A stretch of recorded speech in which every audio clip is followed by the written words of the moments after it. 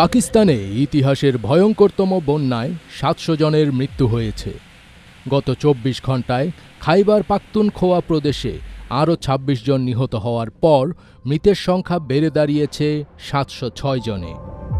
পাকিস্তানের জাতীয় ও প্রাদেশিক দুর্যোগ ব্যবস্থাপনা কর্তৃপক্ষের তথ্যের ভিত্তিতে এমনই তথ্য জানিয়েছে বার্তা সংস্থা আনাদোলু নিউজ। শত শত মানুষের প্রাণহানির পাশাপাশি ধ্বংস হয়ে গেছে বহু অবকাঠামো। বন্যা ভাসিয়ে নিয়ে গেছে সাধারণ মানুষের ঘরবাড়ি, গবাদি পশুসহ সবকিছু। সর্বশেষ মৃত্যুর ঘটনা ঘটেছে খাইবার পাখতুনখোয়াতেই। সেখানে বন্যায় ভয়াবহ প্রাকৃতিক বিপর্যয়ের সৃষ্টি হয়েছে। এতে করে মানবিক বিপর্যয়ে পড়েছেন সাধারণ মানুষ। গেল ২৬ জুন পাকিস্তানের প্রথম বর্ষার তাণ্ডব শুরু হয়। গত কয়েকদিনে এ পরিস্থিতি অনেক বেশি খারাপ হয়ে গেছে।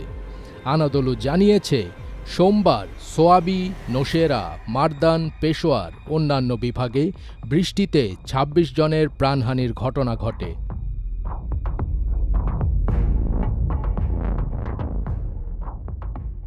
এর মধ্যে বুনের বিভাগ সবচেয়ে ক্ষতিগ্রস্ত হয়েছে, যেখানে অন্তত ২২২ জনের মৃত্যুর ব্যাপারে এখনও পর্যন্ত নিশ্চিত হওয়া গেছে। বুনেরে আরও অনেক মানুষ এখনও নিখোঁজ রয়েছেন। বুনেরের বেসনাই গ্রাম গত শুক্রবার রাতে আকস্মিক বন্যার পানিতে পুরোপুরি নিশ্চিহ্ন হয়ে গেছে। সেখানে উদ্ধারকারীরা এখনও জীবিত মানুষের অনুসন্ধান চালিয়ে যাচ্ছেন।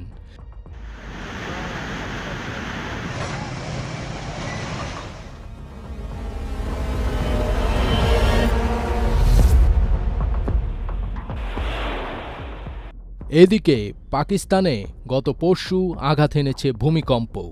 এক্সপ্রেস ট্রিবিউন জানিয়েছে, রাজধানী ইসলামাবাদ, রাওয়ালপিন্ডি এবং খাইবার পাখতুনখোয়ার কিছু জায়গায় ভূমিকম্পের কম্পন অনুভব করেন সাধারণ মানুষ। দেশটির আবহাওয়া বিভাগ এক বিবৃতিতে জানিয়েছে, ১৯ আগস্ট সকালে ৫.২ মাত্রার ভূমিকম্প আঘাত এনেছে। গেল বৃহস্পতিবার রাতে খাইবার পাখতুনখোয়ার বিভিন্ন জায়গায় অস্বাভাবিক বৃষ্টিপাত শুরু হয়, যা শুক্রবার সকাল পর্যন্ত অব্যাহত থাকে। এরপর ঘটে মেঘ বিস্ফোরণের মতো ঘটনা, যেটির প্রভাবে সৃষ্ট আকস্মিক বন্যা নিশ্চিহ্ন করে দেয় অনেক কিছু। সোমবার থেকে নতুন করে আবারও ভারী বৃষ্টিপাত শুরু হয়। আবহাওয়াবিদরা হুঁশিয়ারি দিয়ে বলেছেন, আজ ২১শে আগস্টও ভারী বৃষ্টিপাত অব্যাহত থাকবে। সাধারণ মানুষকে পূর্ব সতর্কতামূলক প্রস্তুতি নেওয়ার আহ্বান জানিয়েছে দেশটির আবহাওয়া অধিদপ্তর। এদিকে তীব্র বন্যায় প্লাবিত হয়েছে পাকিস্তানের করাচি। প্রবল বর্ষণে শহরের বিস্তীর্ণ এলাকা পানিতে তলিয়ে গেছে। সড়ক ডুবে যাওয়ায় যান চলাচল ও স্বাভাবিক জীবন ব্যাহত হয়েছে, আর শহরের বাসিন্দারা বিদ্যুৎ বিপর্যয়ের মুখে পড়েছেন।